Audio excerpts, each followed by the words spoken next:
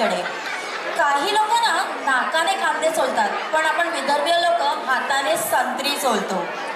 विदर्भाची खाद्य संस्कृती ही सर्वदूर पसरलेली आहे आणि वैदर्भीय लोक हे जेवणाच्या बाबतीत अतिशय आग्रही.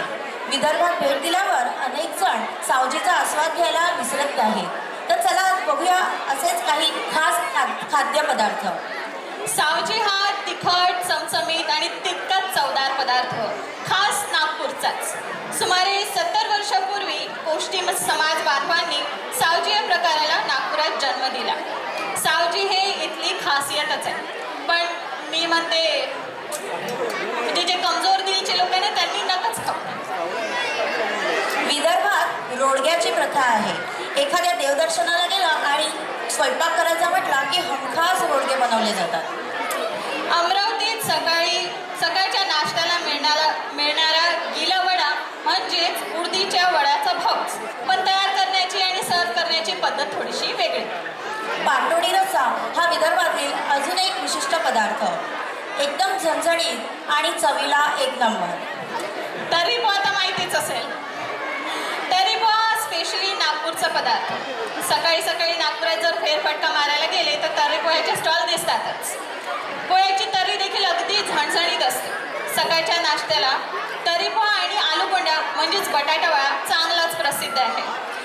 याला कढीसोबत किंवा चटणीसोबत किंवा रस्स्यासोबत पण सर्व करतात. आणि आपण वैदर्भीय लोक म्हणजे 365 दिवसे तर्री पोहे खातो आणि बाहेर जाऊन सुद्धा आपल्याला तेच हवं असतं.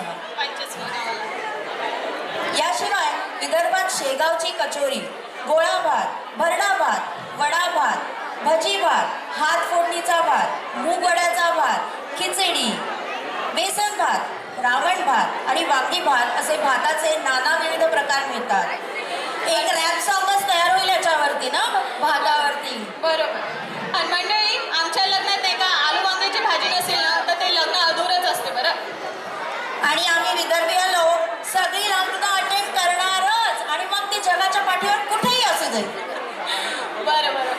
मग विदर्भाबद्दल अजून जाणून घेऊया, पण त्याआधी पुढील परफॉर्मर्सला आपण बोलूया. आपल्या समोर येत आहे डुएट परफॉर्मन्स घेऊन हर्ष मनोज जाधव आणि मनोज सीताराम जाधव.